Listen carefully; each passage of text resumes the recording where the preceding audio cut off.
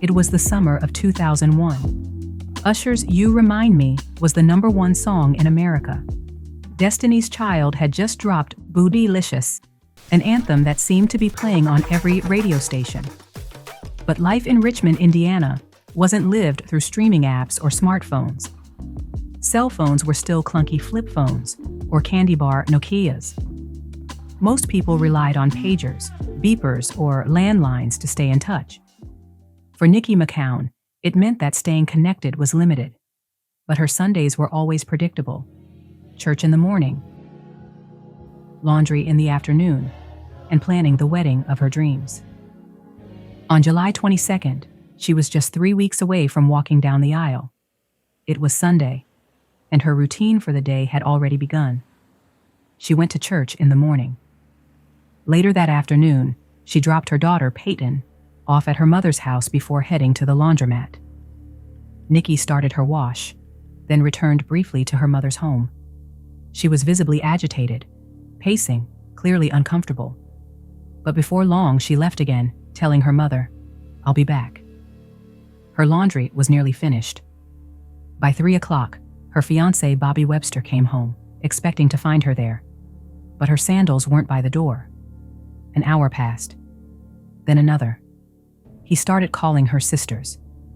None of them had seen her. By nightfall, worry turned to panic. Nikki hadn't come back for her 9-year-old daughter. She never missed that.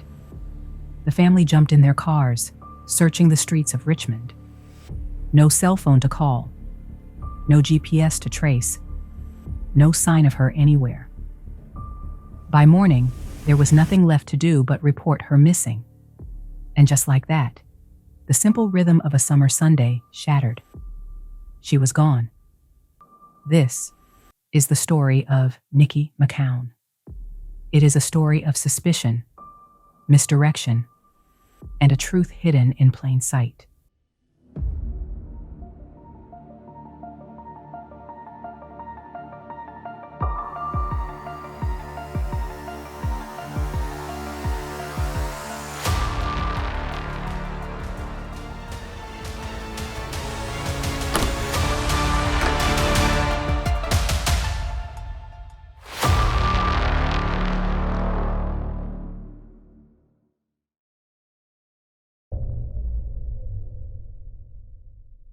July 22nd, 2001 had started like so many Sundays before. Nikki went to church with her family, her daughter Peyton by her side. After the service, she dropped Peyton off at her mother's house, then headed to the Richmond Coin Laundry, just off of Southeast Street in Richmond, Indiana. Her fiancé, Bobby, had plans of his own that afternoon. He and his cousin Billy, his best man, were going to the mall to get fitted for tuxedos. Nikki said she'd use the time to knock out the laundry, something she always reserved for Sundays. Bobby told her he'd be back by 4 or 5 o'clock that evening. They were supposed to sit down and go over wedding invitations. For Nikki, the day was full: laundry, errands, and later, meeting at her sister Tammy's to work on wedding details. She had it all mapped out. But when she stopped back at her mother's house after going to the laundromat, her demeanor was different. Agitated, upset, pacing. She told her mom that 2 Hispanic men at the laundromat had been bothering her, harassing her. Her clothes were still in the dryer, but her mother tried to calm her nerves. "Just bring them home," she suggested. "Finish them downstairs," she said. Nikki shook her head. "The laundry was nearly done," she said. "She'd be right back." "I'll be back, Mom." Her mother, Barbara, didn't think much of it. After all, Nikki was a beautiful woman. Men noticed her. Men sometimes made comments. It was uncomfortable, yes, but in Barbara's mind, it wasn't unusual. So she watched her daughter walk out the door again. Back to the laundromat. Back to where her clothes were tumbling in the dryer. Around 3 o'clock that afternoon, Nikki's fiancé Bobby stopped by her sister Tammy's house. He was driving Nikki's black Toyota Camry. The two had swapped vehicles for the day. Tammy was outside, working in her yard, when Bobby pulled up. This was where they had planned to meet later, at Tammy's, to go over wedding invitations. But instead of Nikki stepping out of the car, it was Bobby who rolled up. "Hey sis," he asked. "Have you seen Nikki?" Tammy looked up, puzzled. "No," she told him. She hadn't seen her sister all afternoon, but she didn't think much of it. This was before smartphones and constant communication. You couldn't just track someone's location with an app or fire off a quick text. In fact, Nikki didn't even have a cell phone. So when Tammy said she hadn't seen her, Bobby left. At that moment, there wasn't yet a reason for alarm, but that would soon change. By 4:30, Bobby had returned home from the mall. But something felt off. He didn't see his truck, and the laundry Nikki had been working on wasn't there either. Her sandals, the ones she always slipped off at the doorway, were missing too. At first, he brushed it off. For that first hour, he told himself she was probably running late, maybe caught up in some last-minute wedding shopping.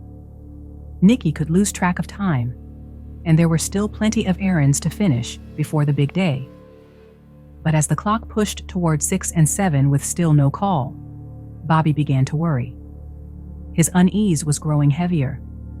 Even though no one had been able to get in touch with Nikki, there still wasn't much cause for alarm. This was Nikki.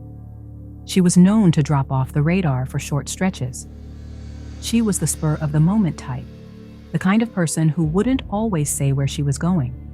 She'd just hop in the car and take off, not putting too much thought into it. So when Tammy realized she hadn't seen her sister, she didn't worry. She decided to go see the new Jet Li movie, Kiss of the Dragon. 3 hours later, she was back home. That's when the phone rang. It was Bobby again, only this time his voice carried a different edge. "Tammy, have you seen or heard from Nikki?" "No, not yet, Bobby," she answered. "Maybe she went to check on the wedding dresses or something. Sometimes she does that." Bobby said he'd check back later. As soon as she hung up, Tammy felt a twinge of worry. She picked up the phone again, this time calling their sister, Michelle. "Have you heard from Nikki?" "No," Michelle replied. As the evening crept closer to 7, Michelle stopped by Tammy's house. The sisters sat together talking when Tammy brought it up. "Have you seen Nikki?" she asked. Michelle looked puzzled. "No, I ain't seen Nikki." "Why? What's wrong?" Tammy explained. "Bob's been calling around. He can't find her." Michelle waved it off at first. "She's probably off shopping or something." But even as she said it, the words didn't settle right. Nikki had a daughter waiting at her mother's house. She had wedding invitations still to finish. She had plans that evening. And yet, no one had heard from her. When Nikki was late to pick up her daughter Peyton, her mother didn't panic. She assumed Nikki must have gone into work or gotten caught up with something important. "Oh, she's all right," Barbara thought to herself. "You know how Nikki is. Sometimes she'll just, on the spur of the moment, jump in her car and head over to Ohio." She worked there, after all. Meanwhile, back at the apartment where Nikki lived with Bobby and Peyton, there was nothing to suggest her absence was anything more than temporary. No signs of a struggle. No clues left behind. Just silence, stretching longer as the night wore on. When night fell, the calm of the day gave way to fear.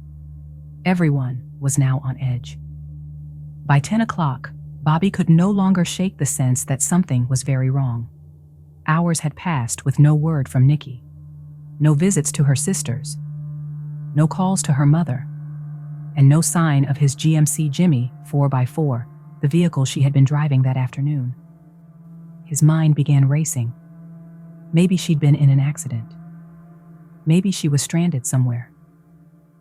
The explanations spun, but none of them explained why she hadn't called, why she hadn't picked up her daughter. The unease that had started as a whisper was now undeniable. Something wasn't right. As the clock crept past 10 and into the late hours, the unease could no longer be brushed aside. Bobby, her sisters, and her mother all knew this wasn't like Nikki. She would never leave her daughter behind. So they got in their cars and began to search the streets of Richmond. They drove past the laundromat, past the places she might shop, through the neighborhoods she knew, hoping to spot Bobby's GMC Jimmy or catch sight of her walking.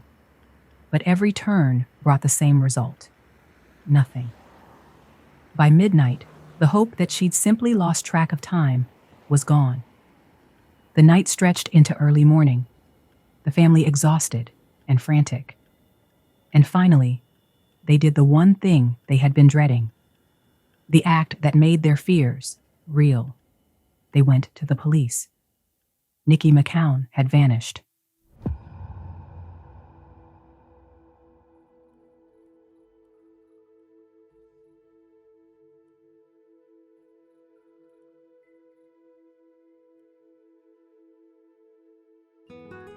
Marilyn Renee Nicole McCown was born on January 6, 1973. She was the youngest of 10 children to Barbara and Harvey, and the baby of a large, close-knit family in Richmond, Indiana. Everyone called her Nikki. At 28 years old, she was stylish, smart, and hardworking, a woman who loved shopping, dressing well, and binging her favorite crime shows like Unsolved Mysteries and Snapped.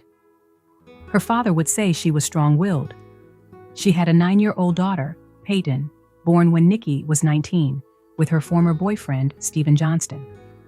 Though the relationship didn't last, Nikki embraced single motherhood with determination and love.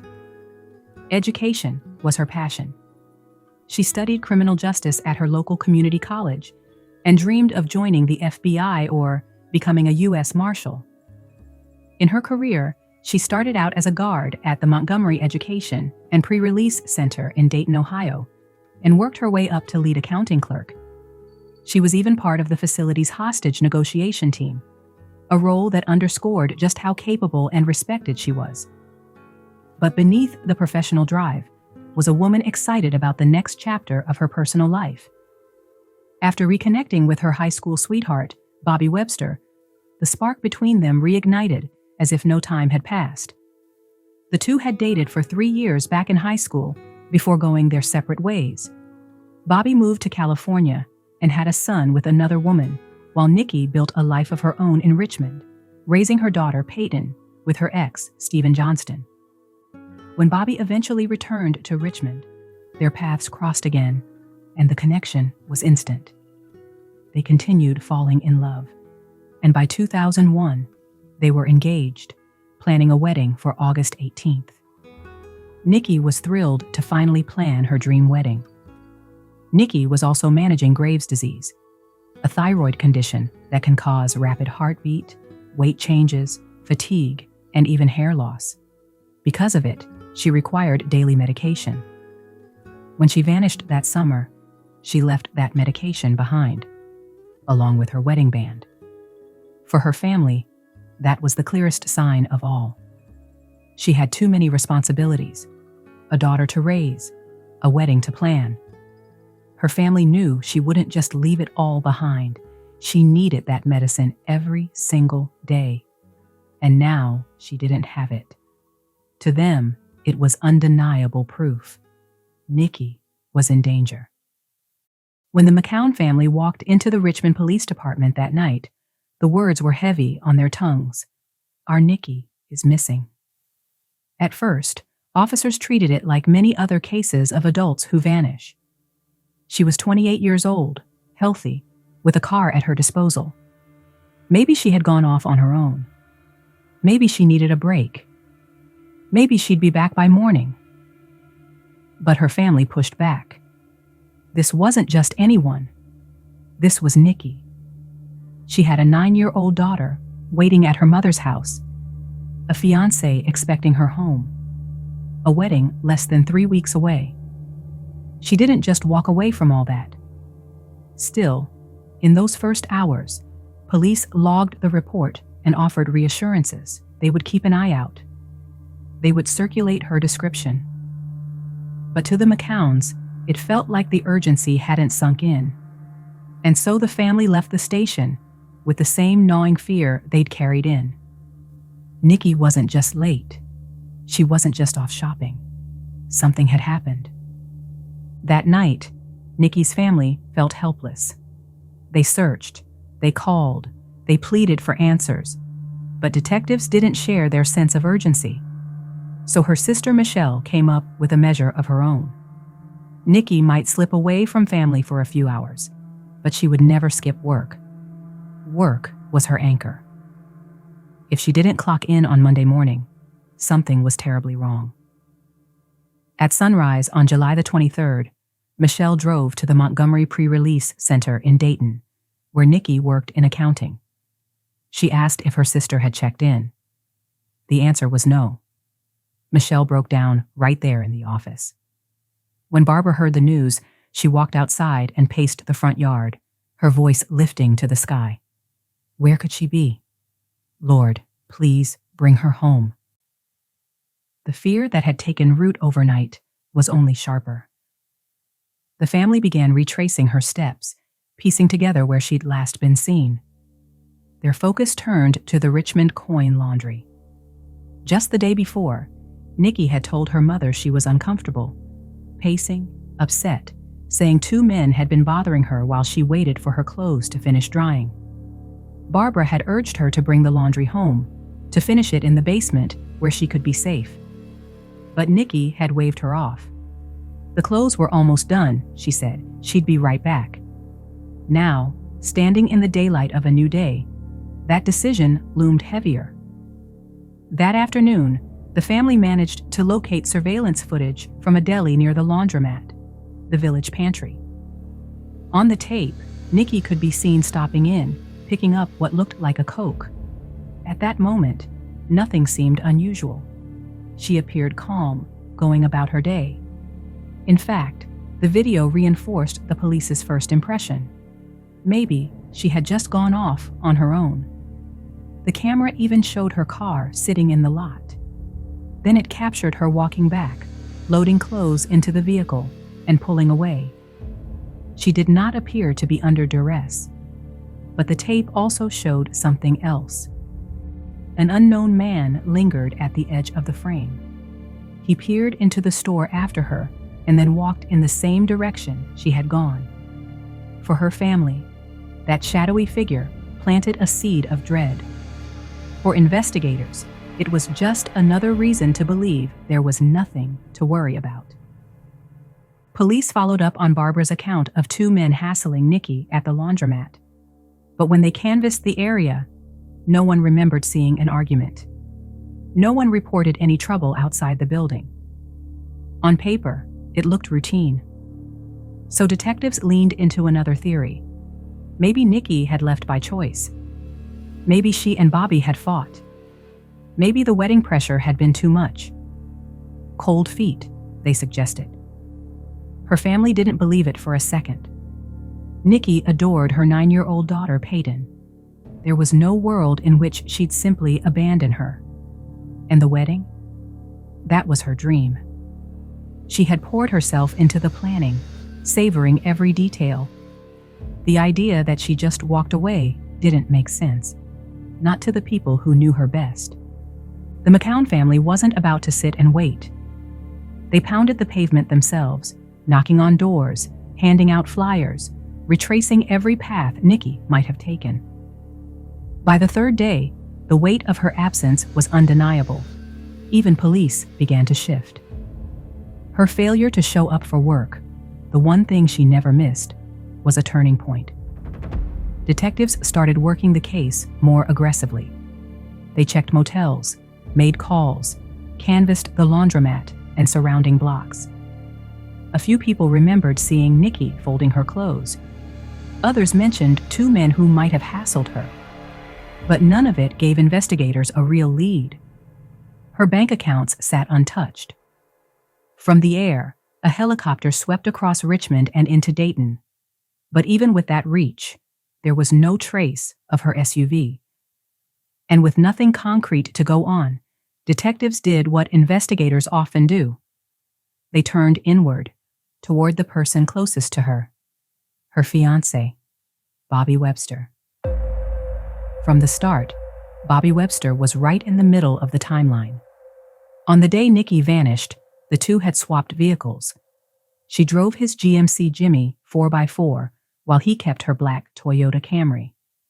He told police he had been out with his cousin Billy, his best man, getting fitted for tuxedos. Later that afternoon, he expected to meet up with Nikki at Tammy's to work on invitations. But Nikki never showed. In those first hours, Bobby did what seemed reasonable. He checked with her sisters. He drove around looking for her. He called again when the hours stretched longer. And when nothing turned up, he joined the family in their search and reports to the police.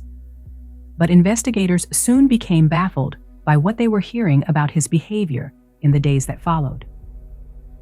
The very next day, Bobby called the community college where Nikki was taking classes, demanding her unused tuition money. When the staff explained there was nothing to refund, that her courses were being covered by her employer, he became so irate that the head of the department had to step in and calm him down. By Wednesday, detectives learned he had gone to the jewelry store where Nikki had purchased his wedding ring. He tried to return it, but because her name was on the receipt, the store refused.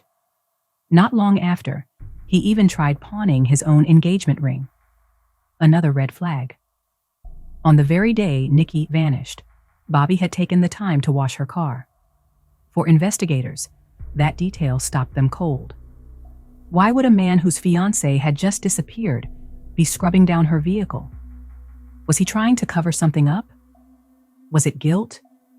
Or was it simply an odd attempt to keep busy while he waited for news? The timing felt wrong. The optics were worse. And in a case with almost no physical evidence, those small decisions carried weight. By midweek, the unease around Bobby's actions only deepened. Police confirmed he had canceled the wedding and demanded the deposits back. For investigators, it was a trail of red flags. And when word of Bobby's actions reached Nikki's family, their anger only grew. He's talking about canceling the wedding like he knew she wasn't coming back. The suspicion around Bobby Webster was only intensifying, so detectives bring Bobby down to the station, suspicious of his behavior. They confront him with everything they've learned: the tuition calls, the rings, the cancellations. Bobby had an answer for everything. He tells them he never said the wedding was canceled. Right now, the last thing on my mind is the wedding. I want Nikki. The wedding is second to that, he said. He pushes back on the tuition story. Yes, I asked about her student loan, but I wasn't trying to get it, he said. And when it comes to the rings, he frames it as practical. I just wanted the deposit back so I could buy a cell phone. We don't have one. And with all this running around, I thought it would help us. As for the car, Bobby says there was nothing suspicious about it at all. He had promised Nikki he'd wash it, and in his mind, he was simply keeping that promise.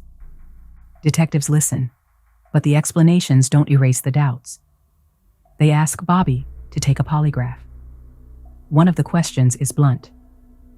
Did you have anything to do with the disappearance of Niqui McCown, or do you know anything about her disappearance? Bobby answers, no. The lines on the chart jumped violently, a signal the operator read as clear. Bobby wasn't being truthful. Despite the red flags, and even the troubling polygraph results, police couldn't make an arrest. They had no physical evidence tying Bobby to a crime. No body, no scene. Nothing concrete to prove that Nikki had even been harmed. When pressed about the polygraph, Bobby dismissed it as a misunderstanding. He claimed the question was whether he felt responsible for Nikki's disappearance. Of course I feel responsible, he said. I couldn't protect her from whatever happened. Detectives weren't convinced. Without evidence, the only step they could take was to label Bobby a person of interest. And while police believed he was holding something back, Nikki's family felt the same. They didn't just want him to mourn with them. They wanted him to open up, to finally say what he knew.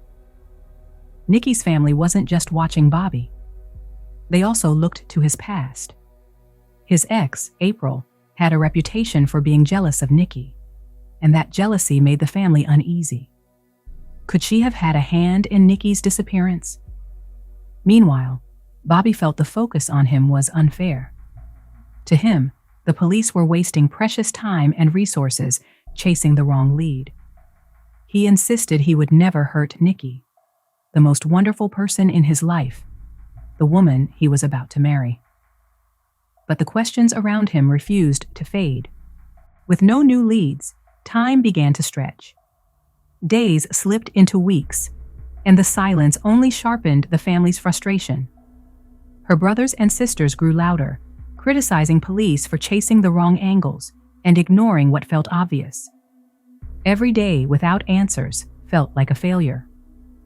They pointed to Bobby again, noting how he seemed more focused on how he looked during searches than on finding Nikki.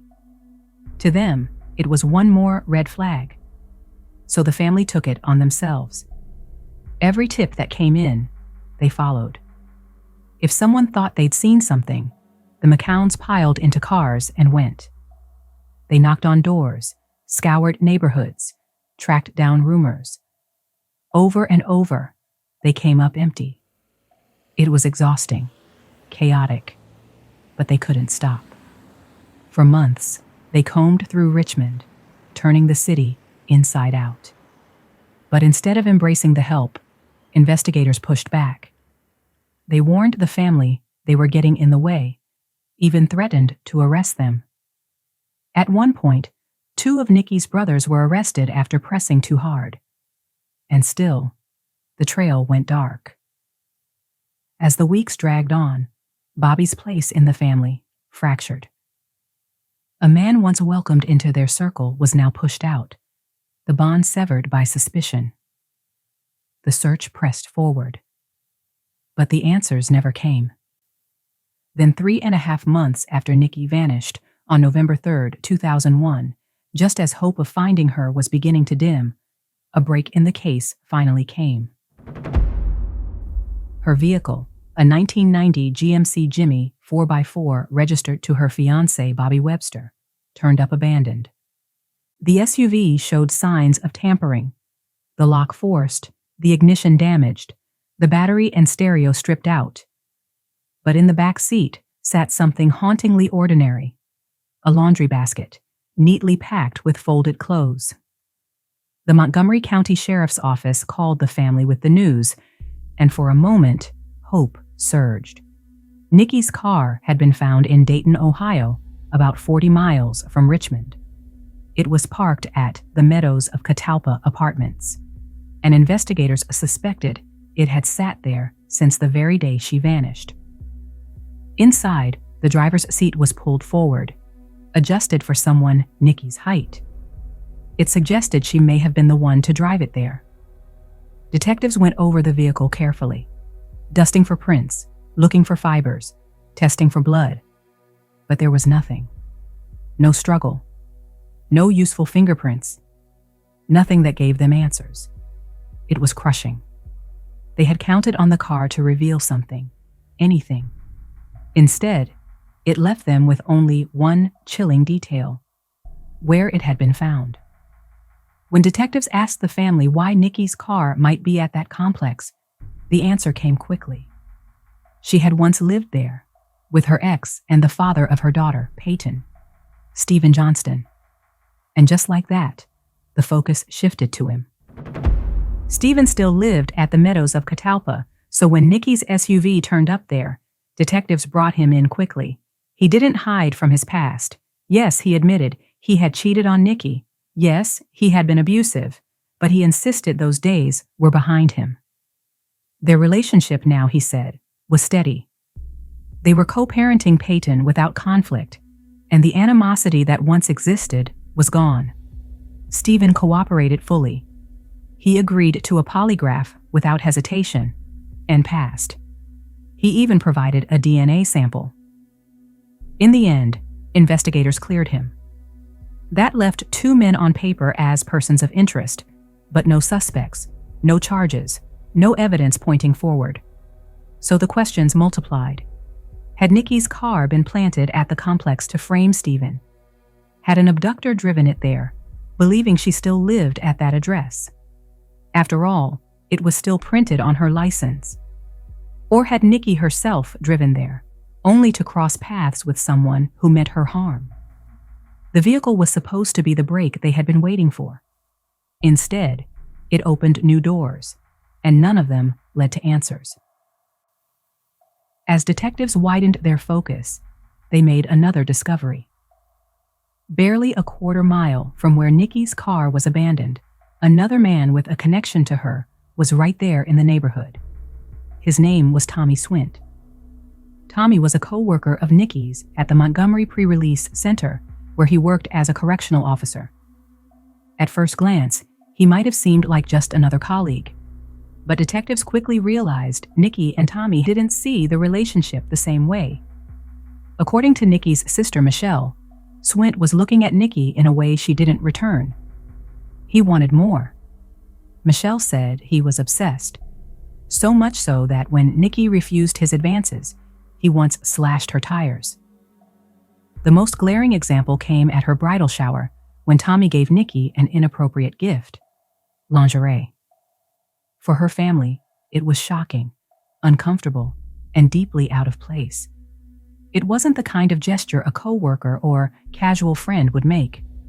And soon, detectives learned about his temper and a disturbing incident from years earlier. Michelle told officers about a day she stopped by Nikki's apartment. From outside, she could hear her sister screaming. When she opened the door, she saw Nikki sitting on a chair, her foot pressed against Tommy's chest, trying to push him away. "Help!" Nikki cried. "He's trying to force himself on me."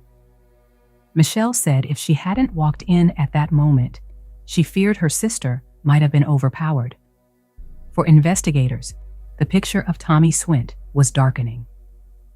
Tommy was a married man with a daughter, but that didn't stop his advances toward Nikki. At the very same time, he was also carrying on a relationship with another coworker, a woman named Darlene. And Darlene wasn't just a colleague. She was also Nikki's friend. The tangled relationships only deepened the sense that Tommy had no boundaries. He was married, a father, and yet he continued to cross lines. Lines that made Nikki uncomfortable and left her family deeply uneasy. Detectives tried to bring Tommy Swint in for questioning, but he refused to cooperate. Without evidence to compel him, there wasn't much they could do. Like Bobby Webster and Stephen Johnston before him, Swint was listed only as a person of interest, not a suspect, not charged with anything, just someone investigators believed might hold pieces of the puzzle. But with 3 men under that vague label and no concrete leads, the case slowed to a crawl. The investigation risked going cold. For Nikki's family, that was unacceptable. They refused to let her name disappear from the headlines. 1 year after she went missing, her sisters traveled to New York to share her story on national television. During that appearance, psychic Sylvia Brown told the family that Nikki had been killed the very day she disappeared, and that her remains would be found in a trench near the laundromat. Hopeful but desperate, the McCowns relayed the claim to police and organized a search around the area. Nothing came of it. Still, Nikki's family refuses to give up hope. They keep looking, praying. By 2004, 3 years after Nikki disappeared, her family tried a bold step. They partnered with a missing persons group and announced a $100,000 reward for information that could bring her home. With that kind of incentive, they believed someone had to speak up. At a press conference, they put out the challenge. The offer would only stand for 20 days. But the deadline came and went without results. No calls. No answers. Time continued to move forward, even as the family felt trapped in the same unbearable place. Nikki's mother and sisters were raising her daughter, Peyton, doing their best to give her a steady home while living with the gnawing uncertainty of what had happened. On the 5th anniversary, they returned to the laundromat. the last place Nikki was seen. Friends and family gathered for a vigil, lighting candles and sharing memories. 14-year-old Peyton stood before the crowd and begged for her mother's safe return. Despite their efforts, despite their voices, the case slipped further and further from public view. Then, without warning, 6 years after Nikki vanished, came a stunning development. Police get a tip. It concerns Tommy Swint, the man who once worked with Nikki, the man who once threatened her. Detectives have never taken him off their radar. In their minds, he is still a person of interest. They're convinced he knows something. Now, they're stunned to learn he's been hired as a police officer in the city of Trotwood, just outside Dayton. Shock. That's the only word for it. Shock that a man under scrutiny in an active disappearance case would be entrusted with a badge and a gun. Nikki's family was equally stunned. To them, it felt like betrayal. They were certain Tommy was connected to her disappearance. How could someone like this be sworn in as an officer of the law? How did it slip through the cracks? Their anger boiled over. Nikki's mother was adamant Tommy Swint had something to do with what happened to her daughter. Richmond detectives quickly informed Trotwood police. Tommy Swint was a person of interest. They had spoken to him multiple times about Nikki's disappearance. He was not just a name in the background. Trotwood's leadership acted fast. Tommy was told to resign or face termination. He resigned, but he didn't go quietly. Bruised by the public humiliation, Tommy and his lawyer struck back. He filed a lawsuit against the city of Richmond and its police department. At a press conference, he insisted he was never conclusively told he was a person of interest. "I was never identified as a suspect," he told reporters. "Never identified as a person of interest. Never charged with any crime. I was only interviewed because Nikki was someone I knew, a friend. Not once did they tell me I was under suspicion." But that they thought was friends with Nikki, they spoke to him, and it's a lot of them, So that's why they spoke to me, because I was a friend of her. It was just routine question. Many people at the prison would question. Nobody was told that they was a person of interest or a suspect in the case. Clearly, if something came up in his character that demonstrated that he had a propensity to lie or be dishonest or to hide or conceal matters, clearly the polygraph examination would have revealed that. Actually, I was forced to resign. He said because I didn't mention it, that I was a person of interest in this case. But like I stated to him, Chief, I didn't know that I was a person of interest in this case. I didn't know I was a suspect in this case. To Nikki's family, his words rang hollow. To investigators, his defiance only deepened the unease. Police maintained that Tommy had always known he was under scrutiny. His lawsuits fizzled without traction. But his firing, and the cloud of suspicion tying him to Nikki, thrust his name into headlines once again. The story spread. Local papers in Richmond, coverage in Dayton, segments on the evening news. And with it came something unexpected. A phone call. Dayton Police Department picked it up.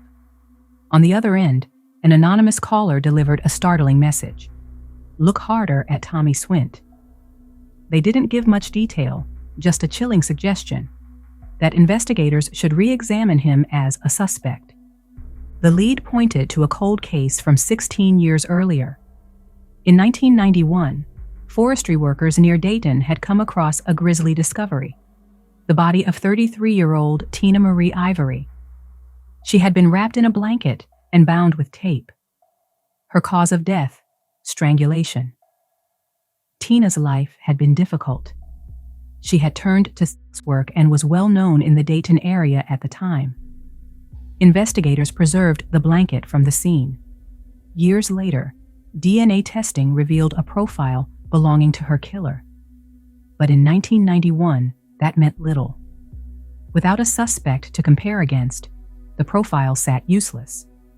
The evidence waited, frozen in time, until Tommy Swint's name surfaced again. Just like Nikki's case, the investigation into Tina Ivory's murder had gone nowhere for years. 16 years of silence. 16 years without suspects, arrests, or progress.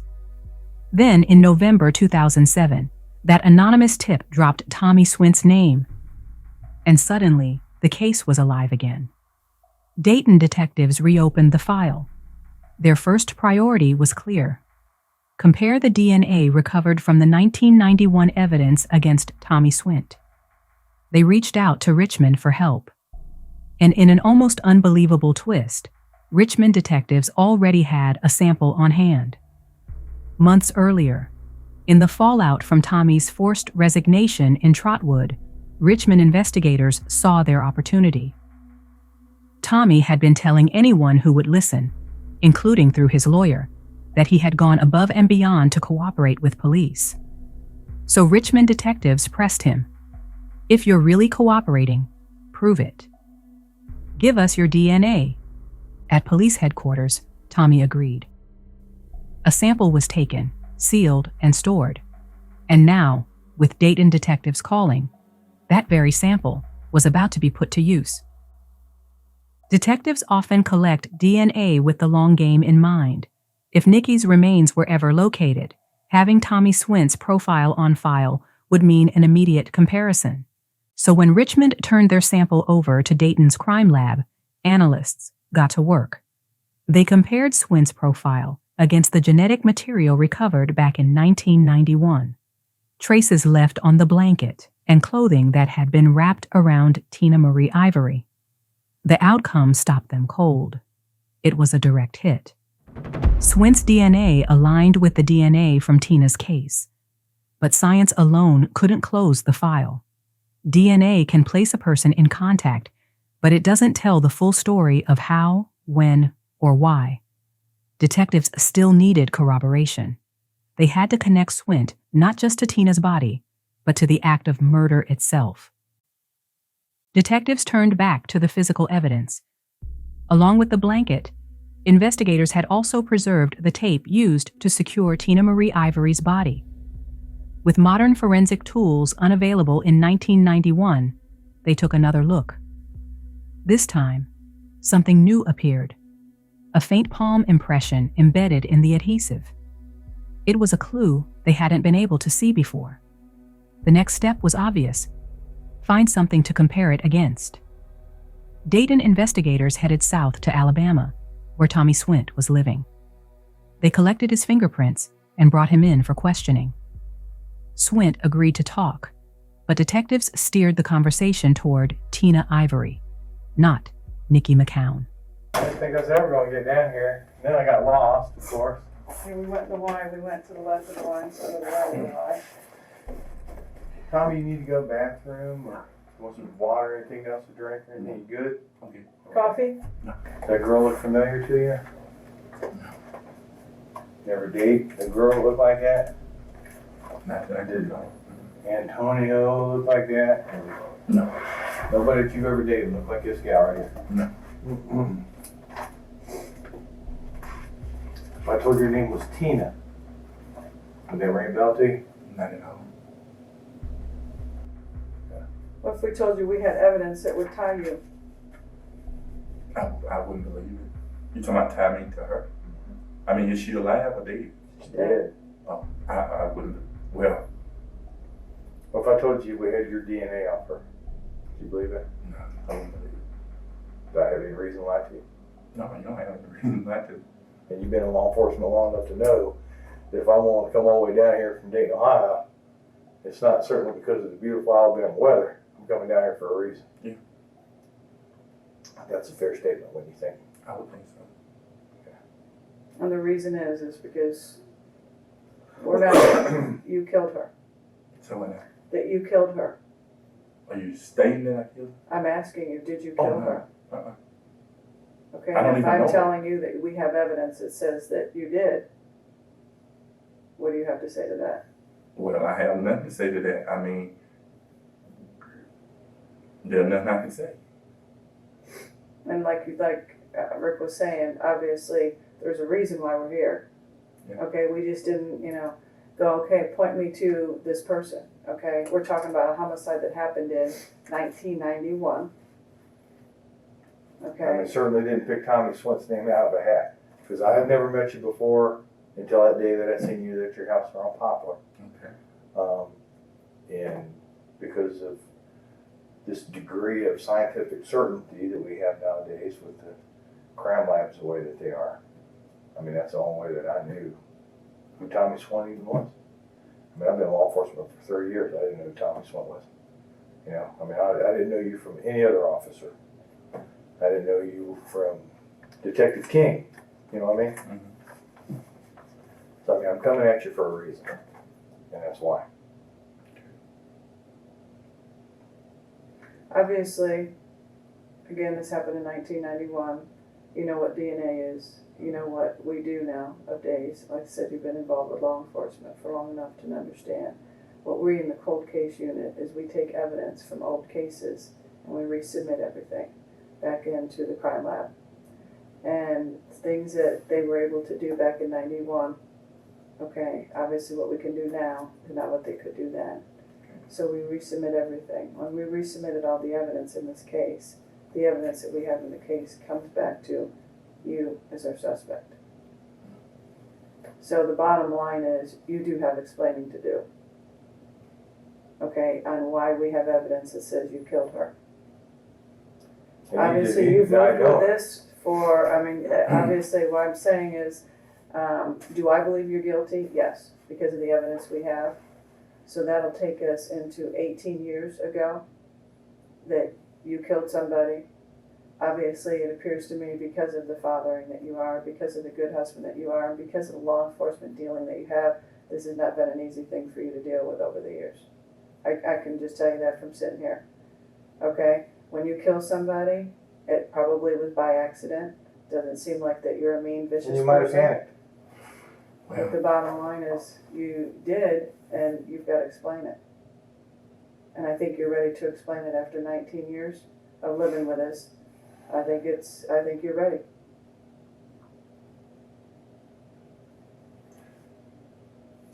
And all due respect. And I understand what your job is. But I'm gonna have to bring this to a close. And I'm quite sure I'll be talking to you again. And Why do you want to bring it to a close? because my attorney wouldn't want me getting into this. Who are you represented by? Anthony Vandal. The Vanaway Dayton. So you're telling me after 18, 19 years you don't want to talk about this to us? Well, you say this. I don't know what this is. This murder. Well, This murder of her. okay. Because I believe, like I said, I do believe that whatever it was an accident. It wasn't purposely that you went out that night and said, I'm going to kill Tina tonight, I'm going to kill somebody with the intent to do it. It happened. It was an accident. You overreacted. And now you've had to live with this. And obviously, and I mean, you could call it a cliche, you could call it whatever you want, but I do believe that after this amount of time that you're looking for a reason to get it off. You've lived with it. It's not an easy thing to live with because you're not a bad person. Like I said, out of due respect, I want to end the conversation. Okay. What's gonna be the situation is you are gonna go home, okay, but I also think that you understand that you'll see us again, okay? And I guess in knowing that, I want you to understand a few things. I'll give you my card, Rick gave you his, you have the opportunity to talk to us, okay? Call Mr. Vanaway. He you knows like. us, I know him very well, I just got done with a case with him not too long ago. He knows I'm fair, he knows I'm not out to screw anybody, but people do have to have consequences for what they've done. You know, but again, it's been 19 years. How much, you've done well, whatever you've Well, we'll done, be more than happy to sit back down with you. and more than discuss happy. things with you, okay? And, we have to take everything into consideration when we sit down and talk to you. And that's what we're willing to do. Obviously, your disadvantage or our disadvantage is you're in Alabama and we're in Ohio. Okay, so obviously that puts us both in a disadvantage of the easy contact, because again, we got phones, very easy to get a hold of us, and it's very easy to get a hold of Anthony. I would suggest that you do get a hold of Anthony or whoever you are, your attorney, and have them get a hold of us. I would highly suggest that because the next time you may not have quite a quick opportunity to get a hold of him. So you may want to let him know what's going on. Yeah, I can tell you the reason that we Because come. we will, obviously you understand, we will, so you do need to get a hold of him. Okay? And that's not, and I know you don't want to talk about it, I'm not going to talk about it anymore, I just have this statement to make is that there's additional evidence in this case, that being a fingerprint, not of a normal digit, but it's a second digit or possibly from a palm. That's why we took those today, to have them compared as well. We'll see what happens from there. Okay? And then we deal with extraditions and all that kind of stuff. But I do appreciate your time, appreciate your cooperation, your patience, because I know it has been a long day. And like I said, things move a little slower down here than they do in Dayton, Ohio. Don't they? Yeah. That's right. Well, just understand, Tommy, we're trying to be fair as we can be, and we understand and we appreciate your cooperation with us, okay? Because I think you know just as well as I do it, sometimes it becomes, you an asshole, I can be a bigger asshole. And you work the street long enough and you work the jail, that's the way it is. You're an asshole, I'll be a bigger asshole. You cooperate, I cooperate. Yeah. And that's the way it is. If there's no reason for me to be an asshole, I'm not going to be. And that's basically, I think, what Rick and I can't disagree with at this point, that you've done everything that we've asked, and we appreciate that. And again, you do need to get a hold of an attorney and have them get a hold of us, and we can talk real soon. Is that fair? Do you have any Get my questions card. for us in addition to that? Okay, it's out there in my briefcase, but I'll grab it so that you'll have it, and then they'll probably take you back to your car. And you can get a hold of us, Anthony can, or whoever, whether it be Anthony or whether it be somebody else. Appreciate your time. Okay? Okay. All right, take care. If you have any other questions come up, also, you can give us a call. Despite their long suspicions, they still lacked any hard evidence tying him to Nikki. Back at the crime lab in Dayton, analysts put Swint's prints side by side with the impression recovered from the tape. The outcome left no doubt. The palm print wrapped around Tina Ivory's body belonged to Tommy Swint. With that identification, detectives finally had enough. A warrant for Swint's arrest was issued, the breakthrough they had waited years to secure. For Richmond detectives, what was happening in Dayton wasn't just significant, it was seismic. Their long-standing person of interest in Nikki's case was finally facing charges in another woman's murder. To them, it felt like the closest they had ever come to answers about Nikki. On February 3, 2010, a Dayton grand jury indicted Tommy Swint for the killing of Tina Marie Ivory. Investigators held their breath. Maybe, just maybe, this would lead to a confession about Nikki, too. Within the hour, a team moved in on Swint's home in Russell County, Alabama. Dayton detectives coordinated with local deputies and prepared to make the arrest. The clock had just struck 1 when officers advanced on the front door. And then, a gunshot shattered the air. They forced entry and found Swint inside, collapsed, a firearm still in his hand. He had done the unthinkable before he could be placed in handcuffs. For detectives, the moment was crushing. Rage and grief mixed, because with Swint's death, so too went the possibility of ever prying open the truth about Nikki. They believed it had been their one real chance. When Nikki's family was told, the news hit like a wave. The closure they had prayed for dissolved in an instant. Her mother, Barbara, cried out in anguish, "Lord, you didn't bring me this far to let this happen." It's not right. The McCowns were certain Tommy Swint had played a role. They had wanted him to answer for it in a courtroom. Instead, all they were left with were questions echoing into silence. Even after Swint's death, Nikki's family refused to let go of the search for truth. They believed, and still believe, that someone close to him may be holding pieces of the puzzle that could finally explain what happened. Phone records from that day revealed Nikki had placed several calls, not only to her sister, but also to Darlene, the co-worker who was romantically involved with Swint. Nikki had been fixated on every detail of her upcoming wedding, right down to her hair. Graves' disease had caused thinning, and she'd asked Darlene about special vitamins she hoped to get before the big day. Darlene lived near the area where Bobby's truck was later discovered, and some say Nikki's car was even spotted in her driveway. Those details left Michelle uneasy. To this day, she has said plainly that she wants answers from Darlene. But years have stretched into decades, and Nikki remains missing. With the passage of time, both investigators and her family have had to face the grim likelihood that she was killed, most likely by Tommy Swint. Detectives say the absence of a body has always tied their hands. For the family, it's the uncertainty that cuts deepest. Still, they hang on to one possibility, that someone close to Swint knows more than they've ever admitted, and that someday, the truth of what happened to Nikki will finally come to light. What do you think about this tragic case? We usually end these stories with a conclusion, a court date, a conviction, some form of justice. But this one doesn't have that kind of ending. For 24 years, Nikki's family has lived without answers. Despite the fervent prayers of her mother, Barbara never lived to see her daughter found. She passed away on July 21st, 2020, one day before the 19th anniversary of Nikki's disappearance. Her father, Harvey, had died only a few years after Nikki vanished. And Bobby, though suspicion hung over him in the early days, over time some in the family came to believe he had nothing to do with Nikki's disappearance after all.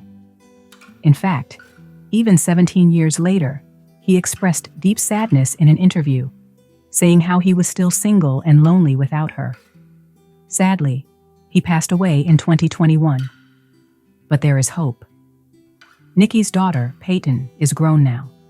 She has a daughter of her own. And she made a promise to her grandmother that she would carry the torch. Today, she advocates for her mother's case, handling media, public outreach, doing everything she can to keep Nikki's story alive. And in telling it here, I'm glad we can help her do just that. Tell me, do you believe Tommy Swint was behind Nikki's disappearance? Do you think Tommy had other victims and was potentially a serial killer? What about Darlene? Do you think she knows something about the case? Let's continue the conversation down in the comments section below. As always, I'll meet you there.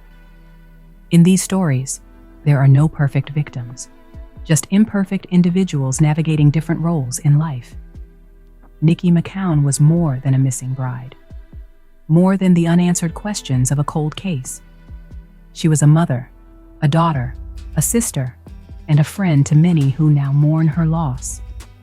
Not because she was perfect, but because she was perfectly wonderful in their eyes.